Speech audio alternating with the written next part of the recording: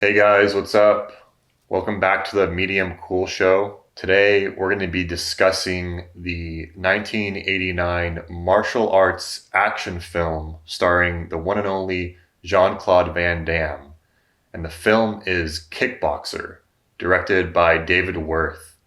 But the fight scenes, the fight choreography was designed and directed by Jean-Claude Van Damme. Those are the only parts of the film that I actually like in this movie. The fighting?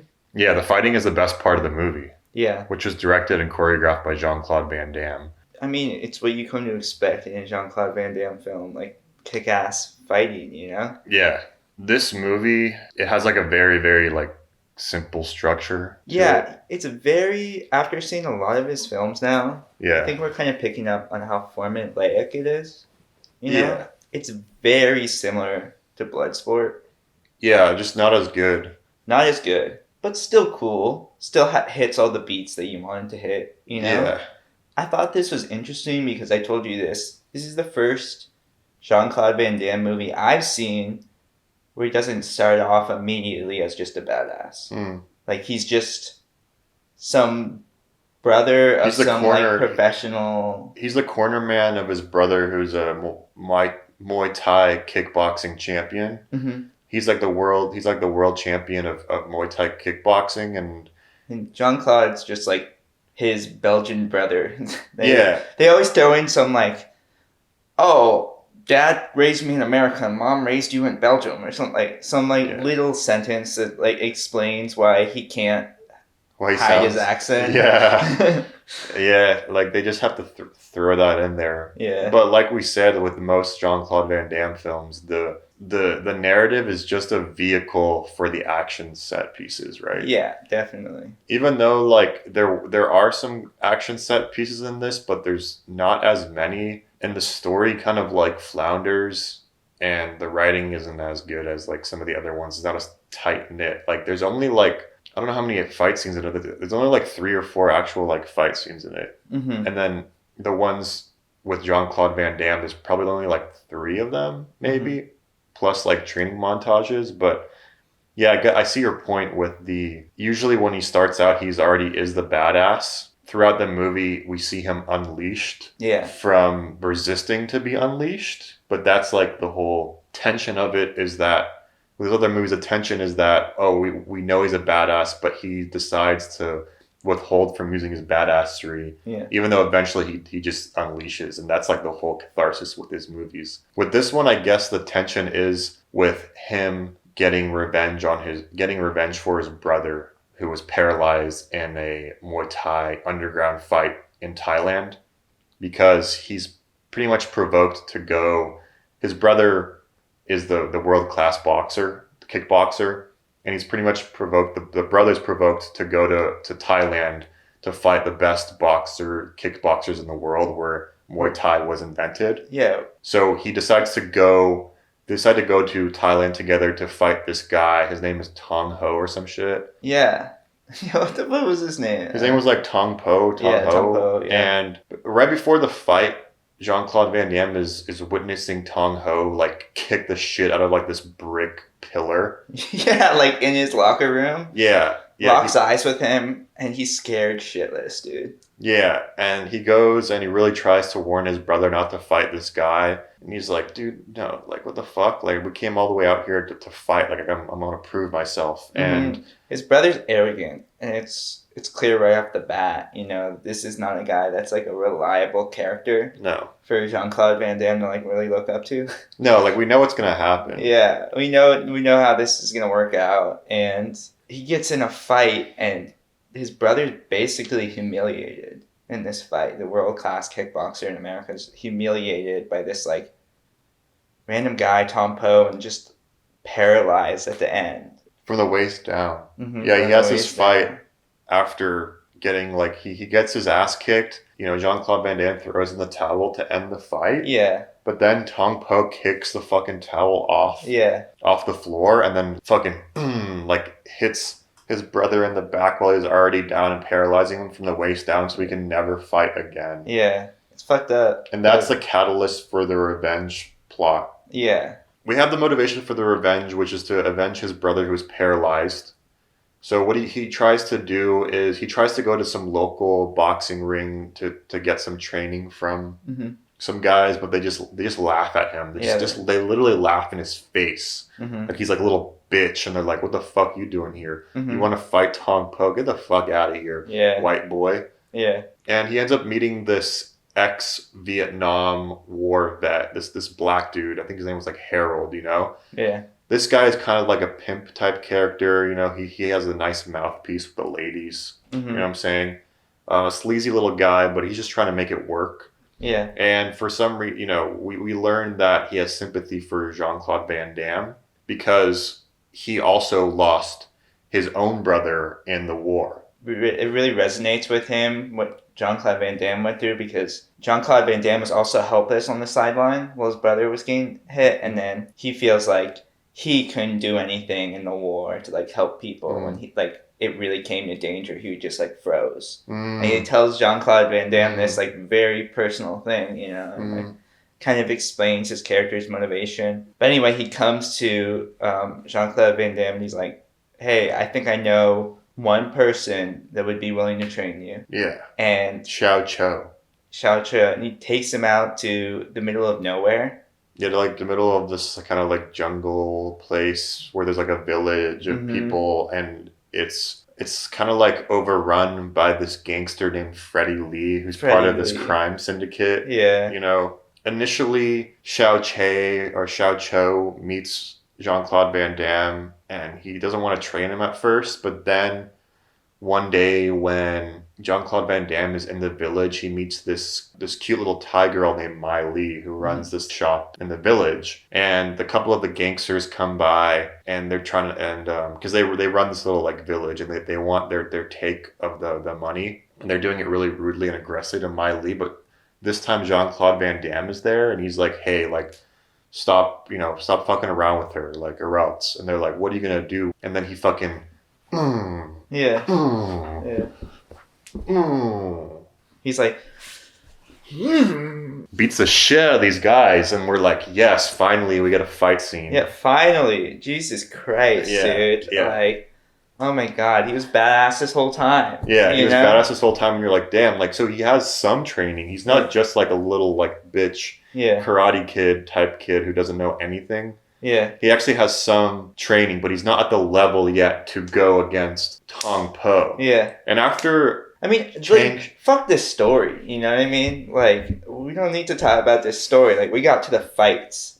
That's that's what we were waiting for, you know? Yeah, and then once Xiao Che learns about that he defended the girl from the village, he was like, "Oh, this is an honorable guy. He's not just like..." Yeah. You know, he has a reason for all of this, and he's like, "Okay, you know what? I'm going to train this guy. I'm going to come back out of retirement." Yeah. Like the master trainer. Yeah, for decades, and he was like, "Oh, I'm done.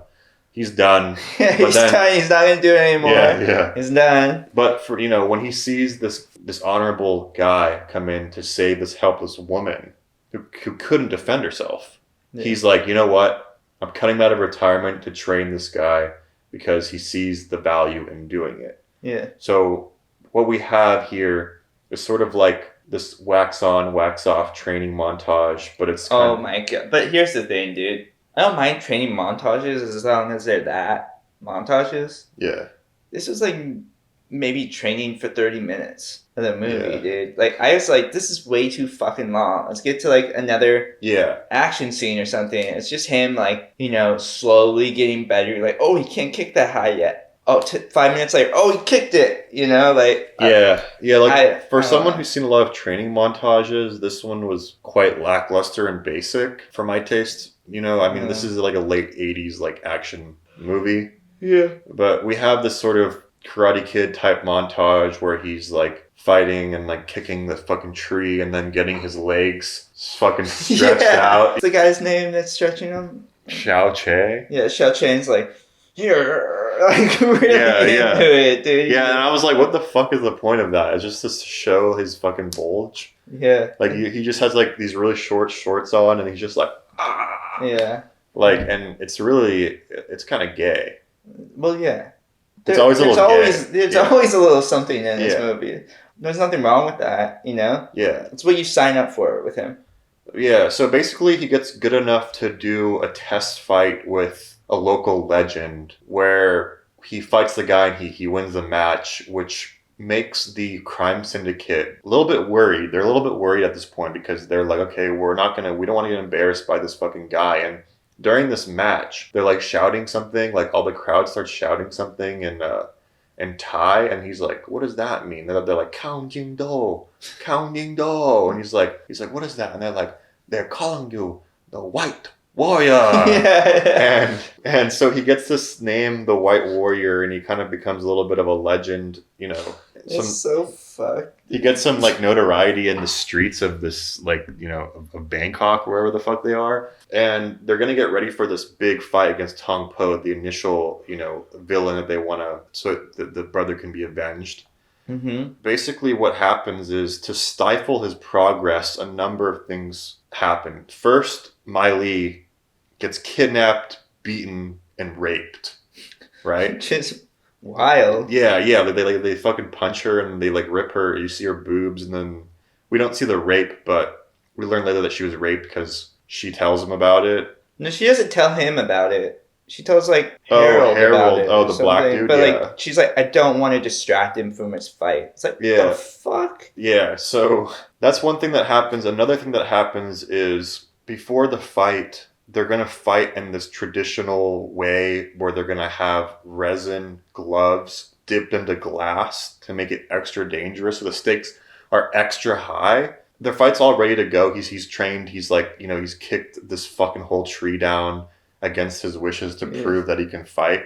Yeah. What the crime syndicate does, they get a little sneaky. They kidnap his brother, the paralyzed brother. They kidnap the paralyzed brother in order to get him to throw the fight so they don't embarrass the crime syndicate, because they're all betting the money that he's going to lose. Mm-hmm. And it's like every Jean-Claude Van Damme movie. Like, at the end, everyone's betting against him, dude. Yeah. All odds are against him. Yeah, all odds are against him. And he's like, fuck, they kidnapped my brother.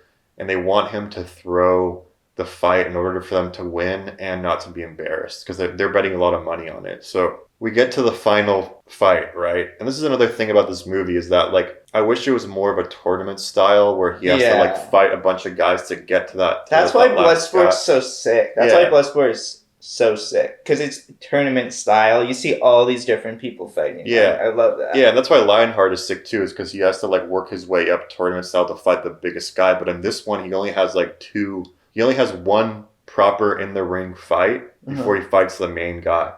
And I wish there was like more of like a build up to that. When he's fighting that guy, he can't go as hard as he wants to go because he's still worried about his brother. So he can't unleash the full beast. Yeah. And on top of that, during the fight, in the end, Tong Po tells him, yo, like, I fucked your bitch, right? Yeah. And then he's like, what? He's like, Mai Li. Yeah. Yeah. He's like... Yeah. So what has to happen in order for him to win the fight? Harold and... Does Xiao Pei go with him to go save his brother? So there's an action sequence in a warehouse where they fucking gun down all the crime guys who are holding the brother hostage. Yeah. And they break out and they bring them to the match. And then when he sees that his brother is in the match, that's when he gets to unleash the full beast, the full Jean-Claude Van Damme beast. And he's like... and fucking beats the guy's ass. Does some really sick kicks. Yeah, that's like the best really part. Sick slow-mo. Yeah, that's the best part of the movie, is when he fights in the end and he's like doing these crazy ass kicks, like triple twist fucking in the air, kicks him out of the ring, and then just like finally KOs him outside of the ring, and then wins.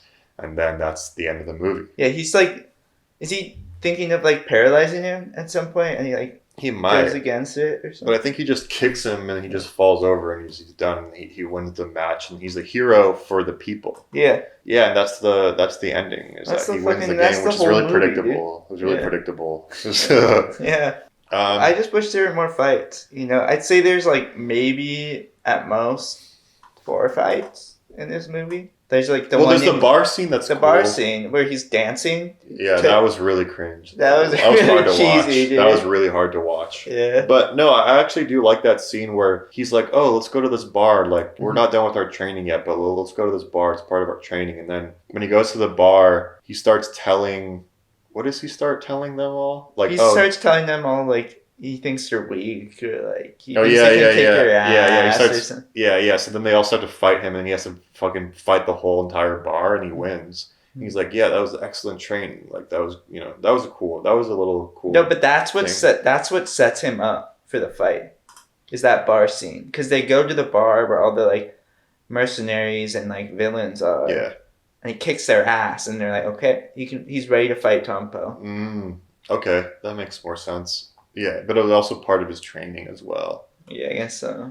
There were some cool scenes though, like in like the ruins. It looks like Cambodian temple or something in Thailand, and like there's some cool like training scenes in there where they're like, when you fight here, you fight with the ghosts of the warriors or something like that fought here before, and he's like fighting, and you hear like the warriors like fighting in the background or some shit. Wasn't my favorite Jean-Claude movie. Yeah, it's a lower tier one, I would say. I mean, it's still like fun to watch just for fun. Like it's an easy watch. It's like just fun to watch with your homie. It's nothing like super crazy to take in. It's a little like lackluster, watered down version of better action movies and better Jean-Claude Van Damme pictures. Yeah, definitely. And there's it hasn't aged particularly well, I would say, in terms of like some of how to depict the characters, and I don't, if you like his movies, you'll still get a kick out of it because the fight scenes, it just was a little lackluster, lower tier like Jean-Claude Van Damme. I would say I'd recommend watching Lionheart or Bloodsport if you haven't seen those yet. I would even recommend Time Cop before I recommend this. But Time Cop isn't like, think about Time Cop. It's not like a martial arts film. It's more of like a shoot 'em up action movie where there's not a lot of hand to hand combat in Time Cop. Whereas like this is like an actual martial arts fighting film. Yeah. But there is some shooting in it when they rescue his brother. Yeah, Kickboxer. Like they made some sequels to it, but he wasn't in them. He wasn't? No. I didn't realize that. Is it supposed to? They're just trying to make it like the Karate Kid kind of thing. Yeah. I mean, this got a lot of comparisons to the Karate Kid, just not as good. Yeah. Yeah, Kickboxer. Have you guys seen it? What Jean-Claude Van Damme picture should we discuss next?